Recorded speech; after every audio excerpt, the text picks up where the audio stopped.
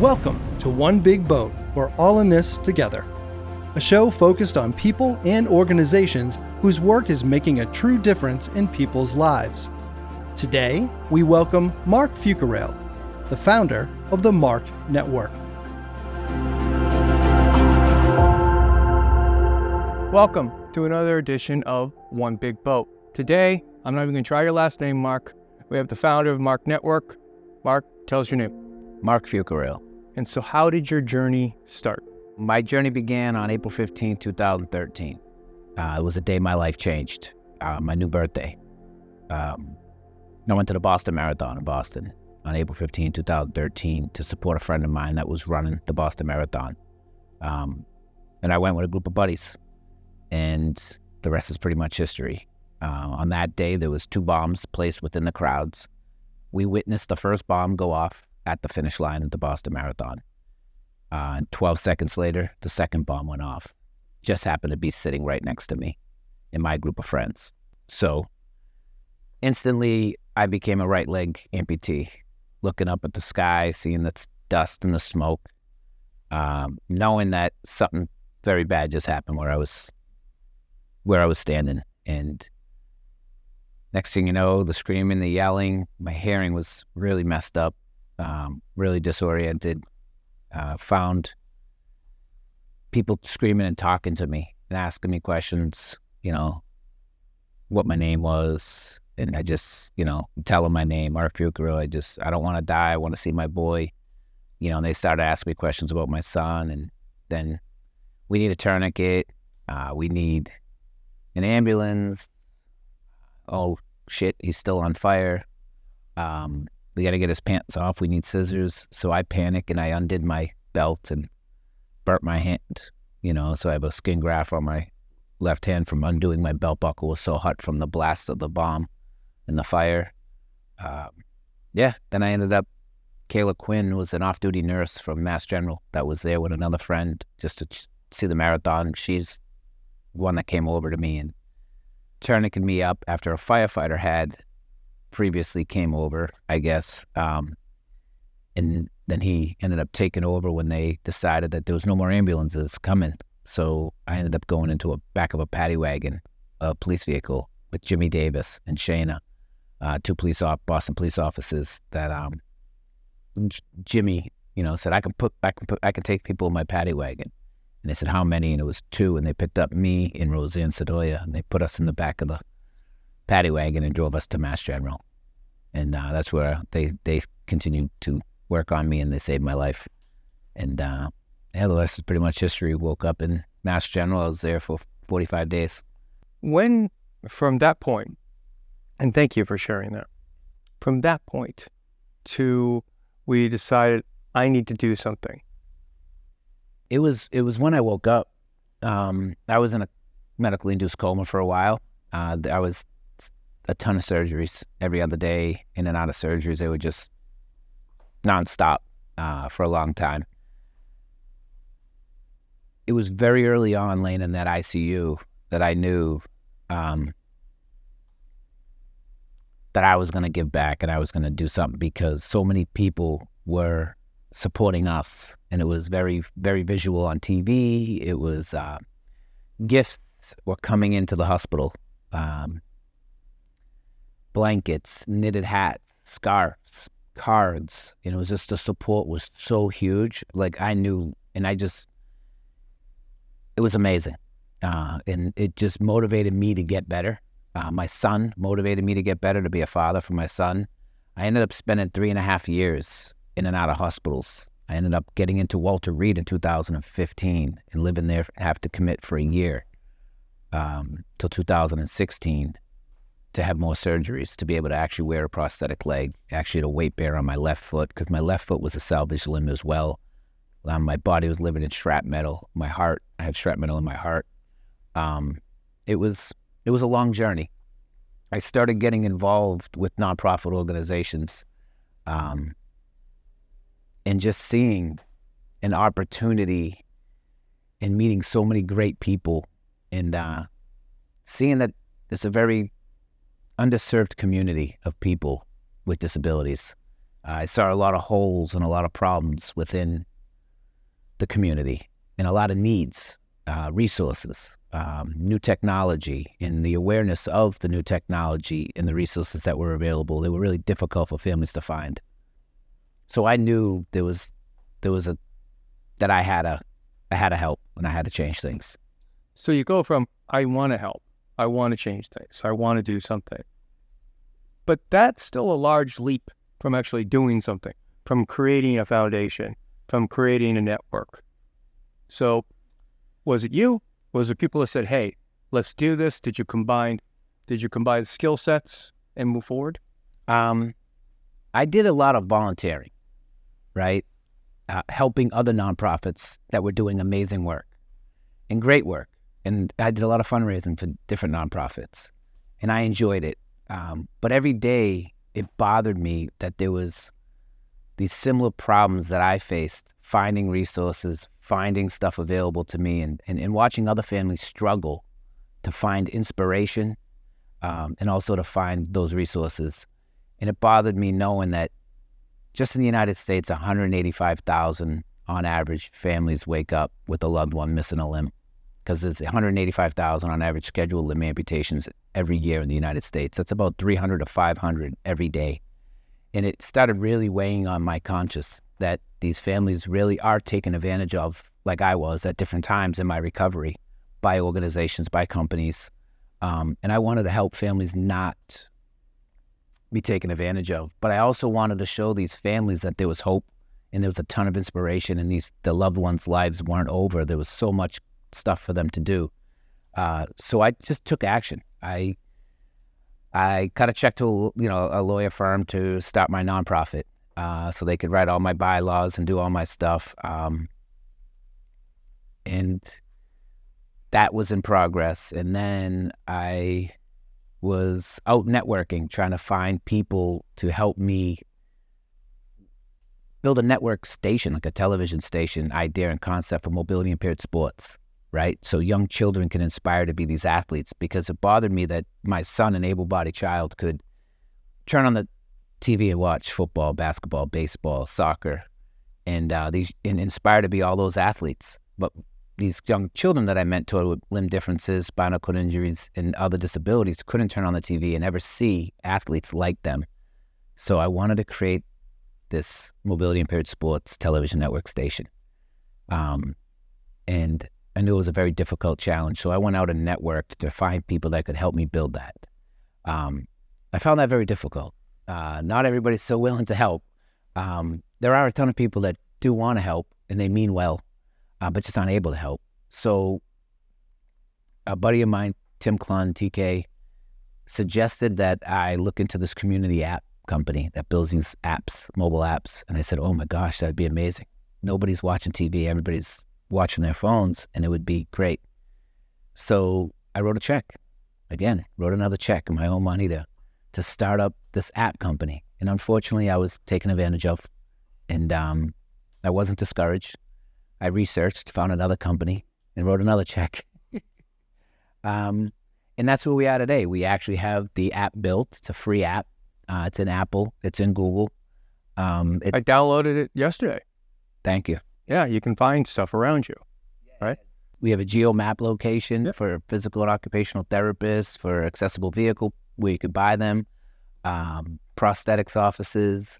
It's going to grow. This is just the beginning where we're at. You also can find local events that pertain to mobility awareness and mobility and disabilities.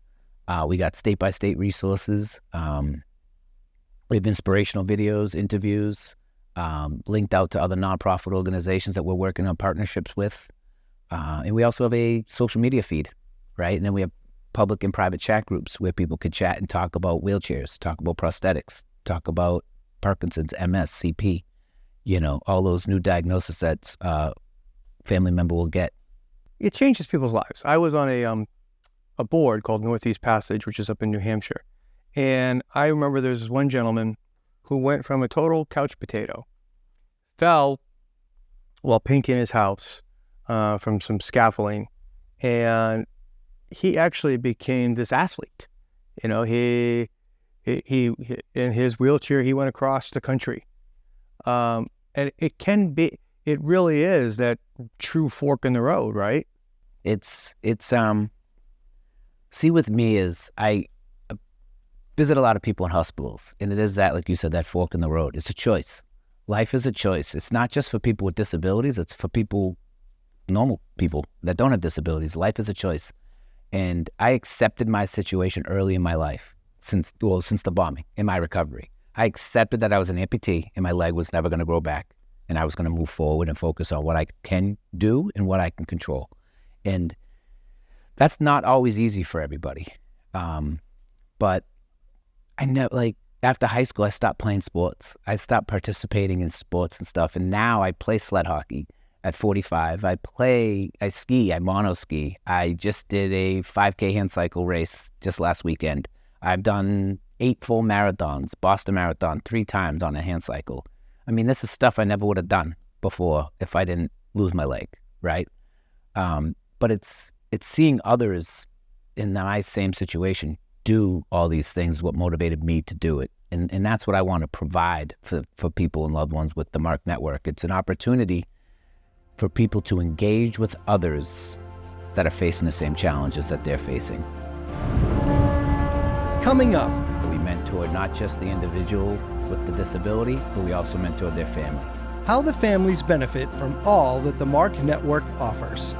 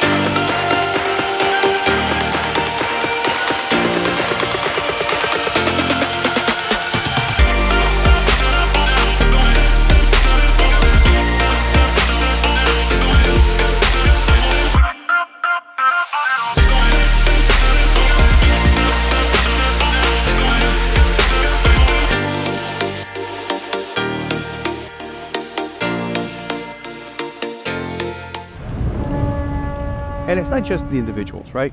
It's the families, because, you know, when on that day, somebody would say, oh my God, now he can't ski with his son, but now he can ski.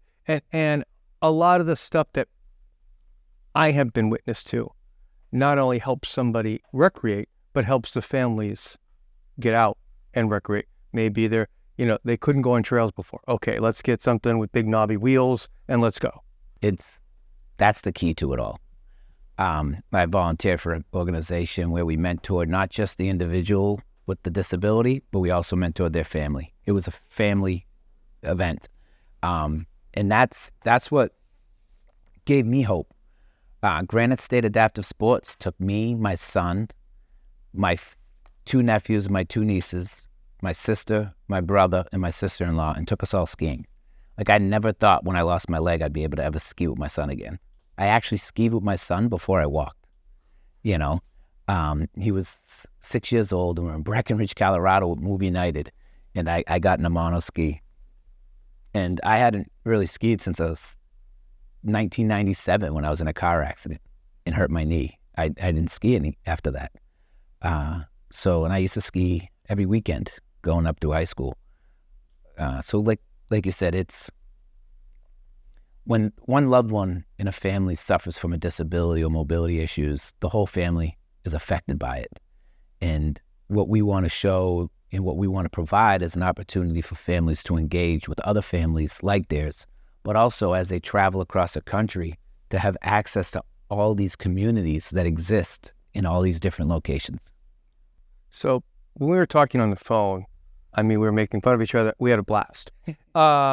And obviously this is a very serious subject, but when did you finally start to feel yourself again? Was it over time? Was it an event that made you like, I can just laugh? Maybe that hasn't happened yet. Maybe, you know. Maybe it's a stupid question, which No, it's I'm not. good at. I see it in a lot of people. I've seen a lot of people switch, right? That I've seen that light switch turn on while someone was watching an event or partaking in an event. And then they just turn to you and they look at you and they're like, that's it. You can see in their face that their whole life just came back to them. And they maybe, and it's happened on numerous occasions. With me, a friend of my brother, that also was a friend of mine, asked my brother, like, Mark just doesn't seem like he's skipped a beat. Like, it just seems like he's still Mark. And my brother's like, not one thing has changed about him.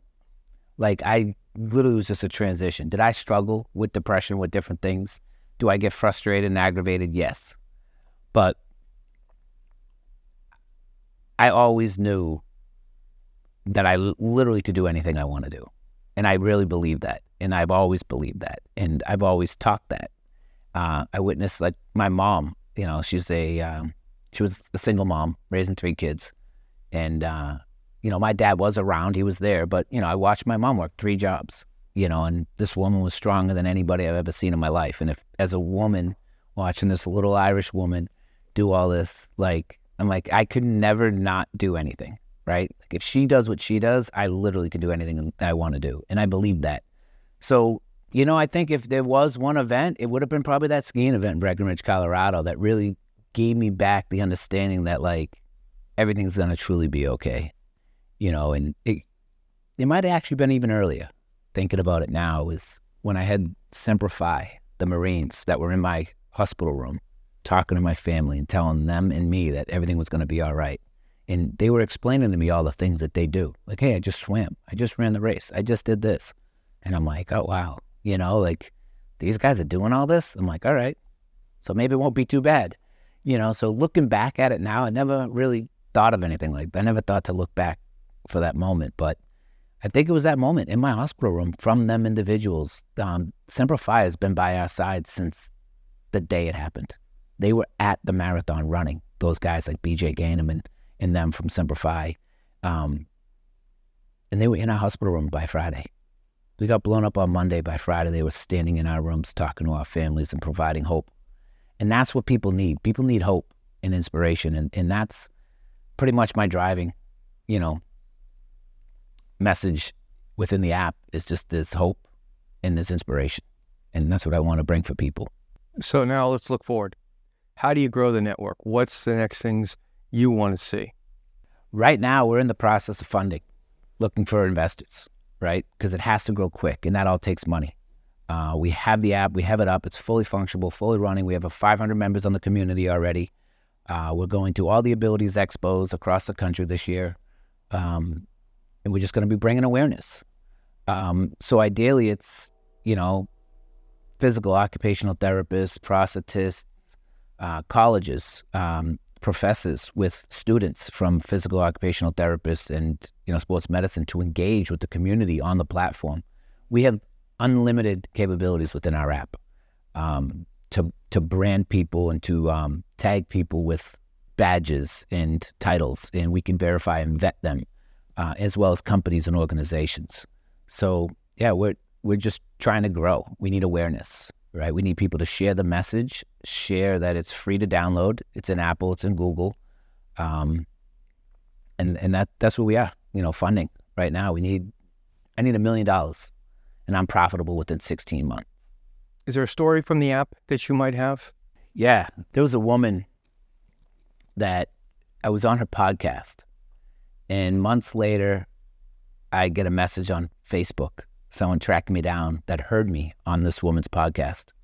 And she asked me, she said, you said in the podcast that you help amputees. Well, my brother is an amputee and he needs help. Will you help him? And will you talk to him? I said, yeah, sure, I will. And so I set up a time to talk with her and her brother. And I said I would like her to be on the phone as well, the 3 of them, because it takes your family and community and support. So we talked for probably over an hour and a half while I was driving from Boston to Texas. I do that ride quite a bit. And he was struggling. He was struggling with driving. He was struggling with resources. He was just not knowing what his life was going to look like. And now he had been an amputee for 5 months at that point, and the whole family was a mess. They were all upset. They were so worried. They didn't know what his life was going to look like moving forward. And I talked her through it, and I showed them resources. I showed them inspiration, and I talked to him about what he needed to do and what steps he needed to take. And unfortunately, he passed away 10 months later. And the sister reached out, and she just wanted to thank me, because after that conversation was the first time she'd seen her brother smile in 10 months. And I gave him hope for the last 10 months of his life, and he was actually happy again, and brought relief to her dad, her mom, and herself, and her brother, knowing that there was hope for his future. Unfortunately, he got septic sick and passed. Unfortunately, he had other health issues. But she said, like, you literally changed the last 10 months of his life. And I said, well, I'm happy. You know, I really, truly am. And she's one of my testimonials, and she would do anything for me, and she always reminds me of it. And actually, she just sent me a message. She wrote some music when she was a young child. We still stay in touch. So, like, that's the inspiration, you know. There's one kid that I mentor with. His name's Jack Wallace. He's a 2-time Paralympian gold medalist. And, you know, it was that day at Camp No Limits where he was showing off his gold medal that he was wearing. And the kids just looked at him like he was such a superstar. And it was that day I looked at these kids and looked around, and I said, it's not fair that they can't see and follow his journey. They only see him for 3 days, 4 days a year.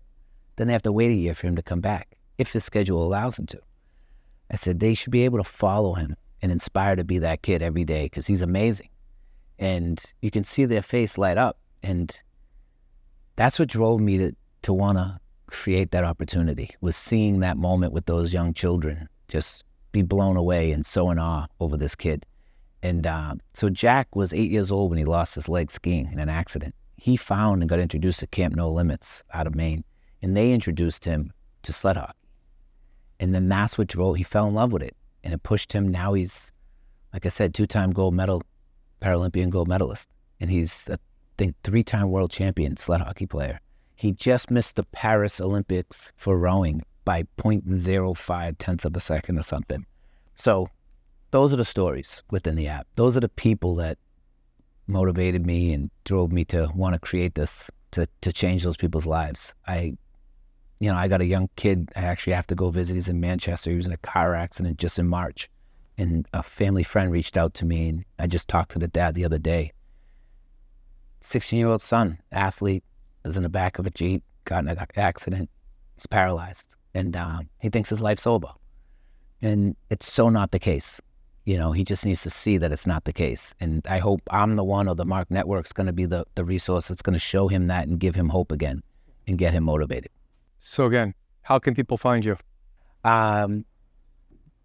Website is MARC, M-A.R.C, network.world. My personal website is Marc Fucarille, M-A-R-C, Fucarile.com. But we're in the Apple and Google store. You can find us in there. You can find us on the web. You can find us on social media, the MARC Network, Inc., Incorporated. We also have Be Remarkable Foundation, which is REMARCABLE. Everything's MARC. Which, unfortunate, I would love to change the name of it. But MARC Network stands for Mobility Awareness Resource Community. I really appreciate the time. I know we could talk for another hour or two. Oh, yeah. Thank you so much, sir. Hey, thank you. Appreciate it. One Big Boat is a production of Last Minute Productions, Incorporated. This episode was produced by Jay Dobeck. Scott Wyman was the sound engineer. Jim Johnston and Gary Gillis provided production support. Editing was done by Ethan Gallo, and Joanne Pilata was the production coordinator.